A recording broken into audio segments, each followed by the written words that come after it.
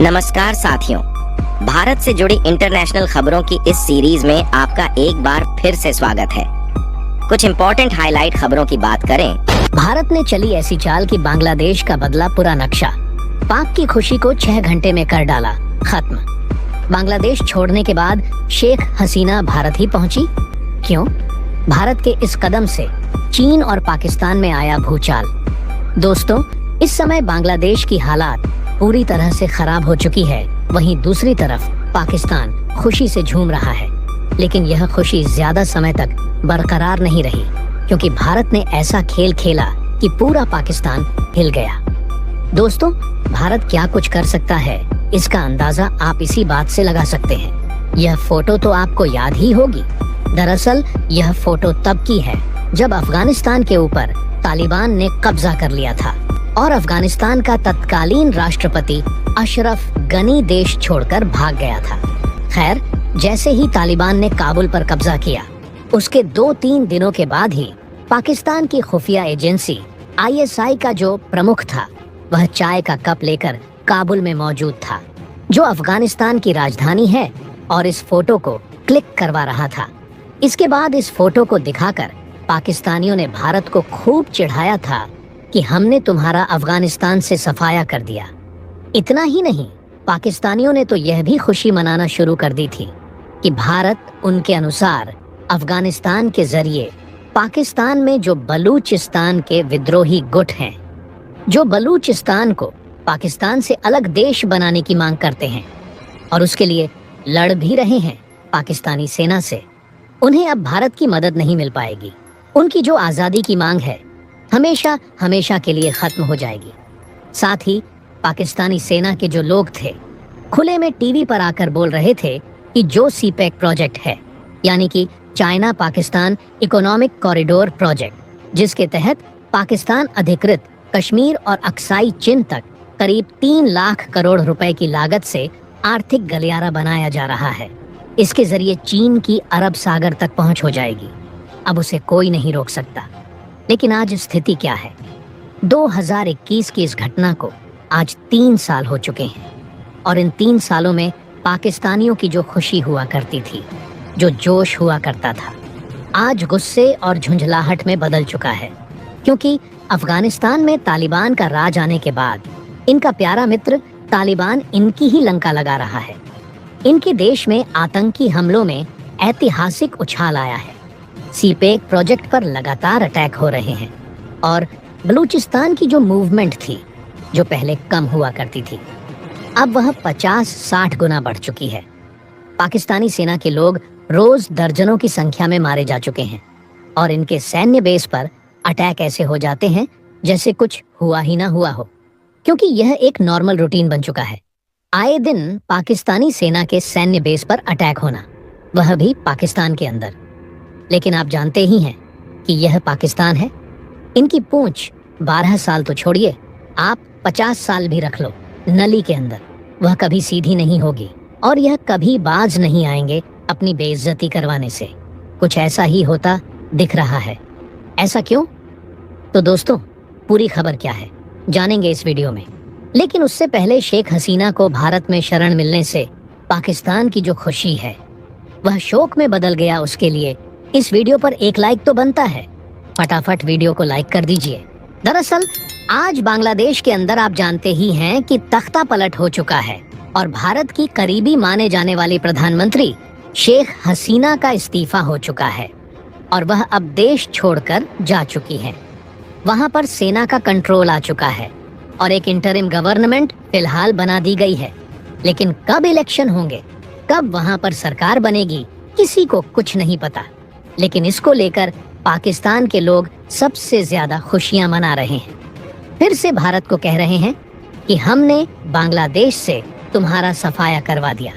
इतना ही नहीं, कई लोग तो ट्विटर पर यह भी लिख रहे हैं कि ईस्ट पाकिस्तान, जी हाँ, बांग्लादेश बनने से पहले इसका नाम था ईस्ट पाकिस्तान। तो ईस्ट पाकिस्तान को हमने फिर से आज़ाद करवा लिया है, और भारत से इसका बदला भी ले लिया है। लेकिन कोई इनसे पूछे कि कैसा बदला ले लिया? तुम्हारे देश के 2 टुकड़े तो हमने कर दिए, ऐसा तो है नहीं कि बांग्लादेश तुम्हारे में फिर से मर्ज हो जाएगा। उल्टा तुम्हारे पाकिस्तान के टूटने के लाले पड़े हुए हैं। तुम उसे नहीं संभाल पा रहे। ऐसे में किस बात का कैसा बदला, इन्हें कुछ नहीं पता। इन्हें बस बांग्लादेश में एक छोटी सी खुशी दिख रही है। भारत का समर्थन करने वाली प्रधानमंत्री हट गई है, सेना का राज आ गया है। अब ऐसा प्रधानमंत्री आएगा जो कि भारत विरोधी होगा और भारत के खिलाफ पाकिस्तान का साथ देगा।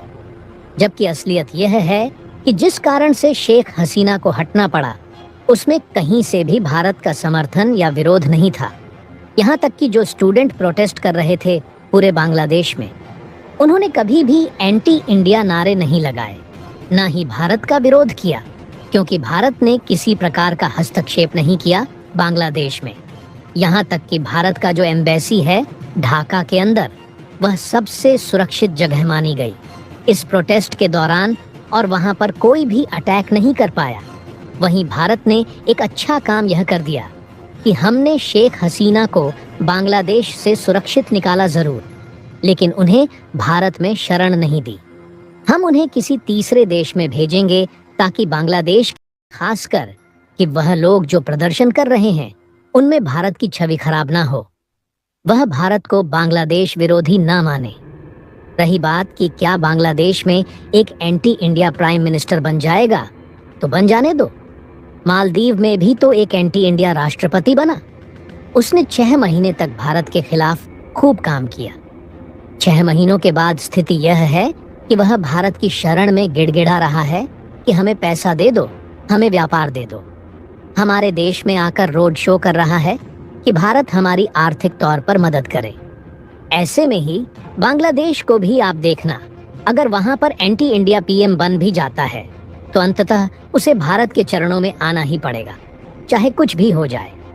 ऐसे में मुझे लगता है कि जो बांग्लादेश में हुआ है वह शॉर्ट टर्म में भारत के लिए चिंताजनक जरूर है, क्योंकि पलायन वगैरह हो सकता है वहां के लोगों का, लेकिन लॉन्ग टर्म में इससे भारत को कोई नुकसान होगा मुझे नहीं लगता, क्योंकि भारत की डिप्लोमेसी और भारत का नेटवर्क बांग्लादेश में अल्ट्रा स्ट्रांग है, बहुत ज्यादा मजबूत। शेख हसीना ने भारत को ही क्यों चुना?